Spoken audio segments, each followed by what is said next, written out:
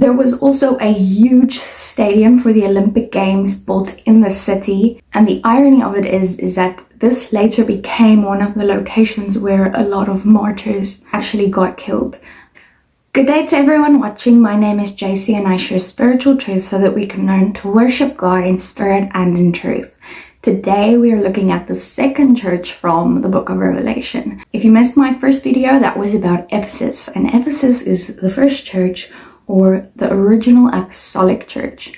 Their part of church history that we covered is around the first 100 years or so since the book of Acts chapter 2, when the church was officially started. Smyrna, the second church, it's like Ephesus and Smyrna start to blend together in history, but then we move from Ephesus to Smyrna. Now Smyrna is the martyrs' church. We can see this based on descriptions of things that happened in the letter, but also what happened during this time in history.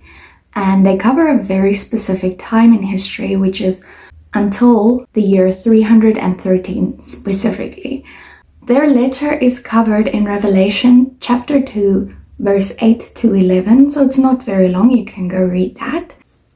And the meaning of their name, as mentioned before, is myrrh. So Smyrna already, just based on its name, has a link to death, because myrrh was used for the embalming of dead bodies.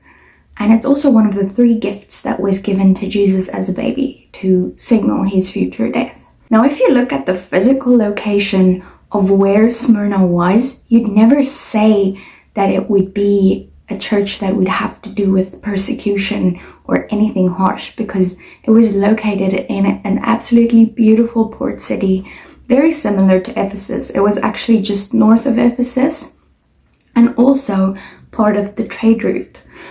There was a lot of hills, and on the hills there were temples to Zeus and Dionysus. Most famously, this city was known for throwing huge parties because Dionysus is the god of wine and debauchery. There was also a huge stadium for the Olympic Games built in the city, and the irony of it is that this later became one of the locations where a lot of martyrs actually got killed.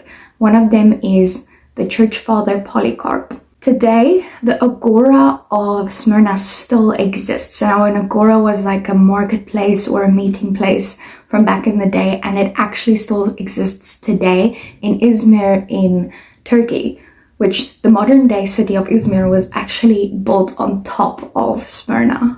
Alright, so now that we looked at their physical location as well as the main message to this church, let's talk quickly a bit about how their letter actually links to this time in Christian history and this type of church. So from around 100 AD until 313 AD, Christians were being severely persecuted. And in their letter, Jesus tells them that they would have to suffer for 10 days.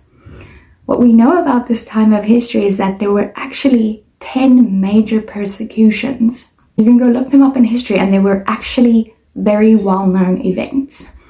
After 313 AD, a very significant event happened in the church, and I will cover that in the next video. A personal application that we can take from this letter is that sometimes as Christians, we will need to suffer for our faith. And Jesus warned them ahead of time. But another good thing is that there is a reward for any suffering that we endure in this life. None of the suffering that you're going through right now as a Christian is for nothing. They are told that if they are killed for their faith, that they would receive the crown of life.